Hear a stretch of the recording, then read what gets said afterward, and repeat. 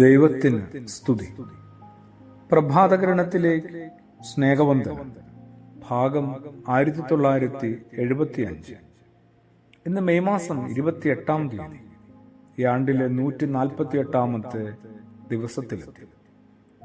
പ്രച്ഛന്ന വേഷം കെട്ടിയ യാക്കോബിന്റെ ഒപ്പമായിരുന്നു കഴിഞ്ഞ പുലരികളിൽ. തുടർച്ചയാണ് യാക്കോബിനെയൊക്കെ അന്നേ നമ്മൾ വിട്ടിരുന്നു. ഉൽപ്പത്തിയുടെ പുസ്തകം 27-ാം അധ്യായത്തിന്റെ ആരംഭഭാഗം. യാക്കോബിനെ വിട്ട്, ഇസഹാക്കിനെ വിട്ട്, ഏശാവിനെ വിട്ട് അവനവനിലേക്ക് എത്തിയിരുന്നു. പ്രച്ഛന്ന വേഷങ്ങളിലാണ് നമ്മളും ജീവിക്കുന്നത്. അങ്ങനെ സ്വന്തമായ ഇഷ്ടങ്ങളും അവനവന്റെ ശൈലികളുമൊക്കെ നമ്മൾ നഷ്ടപ്പെടുത്തുകയാണ്. അമിത വിനയം കാണിച്ച് ജോലിയിൽ കയറിയാൽ അവിടെ നിന്ന് വിരമിക്കുന്നത് വരെ അഭിപ്രായ വ്യത്യാസങ്ങൾ പോലും പറയാനായിട്ട് പാടില്ലാതാവും.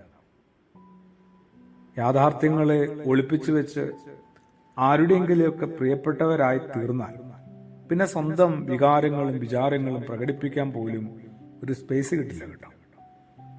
തെറ്റുകളും അബദ്ധങ്ങളും മറയ്ക്കാൻ നിർമ്മിക്കുന്ന ഒരുപാട് പുറംചട്ടകളുണ്ട്. അധികകാലം ആരെയും അത് സംരക്ഷിക്കില്ല.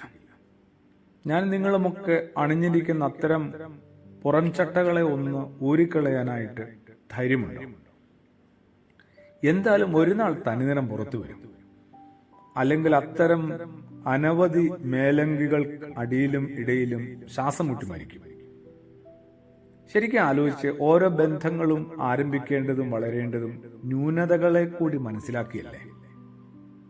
അനുകൂല സാഹചര്യങ്ങളിൽ സ്വതവേ ദൃശ്യമാകും കാണപ്പെടുന്ന ഒരു അഴകുണ്ട്.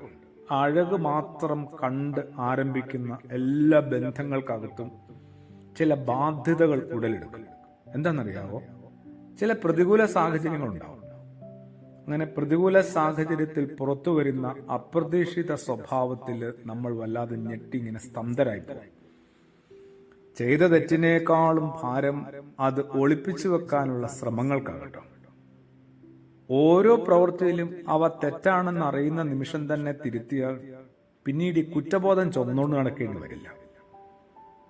തെറ്റുകളെ പരിരക്ഷിക്കുന്നത് സ്വന്തം ഈഗോയാണ്. തിരുത്തുന്നതാവട്ടെ മനഃശക്തിയാണ്. തിരുത്താൻ തയ്യാറാവുന്നവർക്കാണ് ഏറ്റവും അധികം ആശ്വാസവും ഭാരക്കുറവും ഒക്കെ തോന്നുക. പറഞ്ഞു വരുന്ന ഇത്രയേ ഉള്ളൂ. ജീവിതത്തിൽ ഞാനും നമ്മളും അറിഞ്ഞുമറിയാതെയും എടുത്തണിഞ്ഞ അനവധി പ്രച്ഛന്ന വേഷങ്ങളുണ്ട്. ക്രിസ്തുവിനെ മനസ്സിലാക്കി അവയൊന്ന് ഒഴിവാക്കാനും അഴിച്ചുവെക്കുവാനും ധൈര്യപ്പെടുക. കുറച്ചൊക്കെ വിവസ്ത്രനായി നഗ്നനായി നിൽക്കാനും കൂടി ധൈര്യം ഉണ്ടാവുക. ഒരു സുതാര്യത ഉണ്ടാവട്ടെ ഓരോരുത്തരുടെ അകത്തും പുറത്തുമൊക്കെ. ആമേൻ.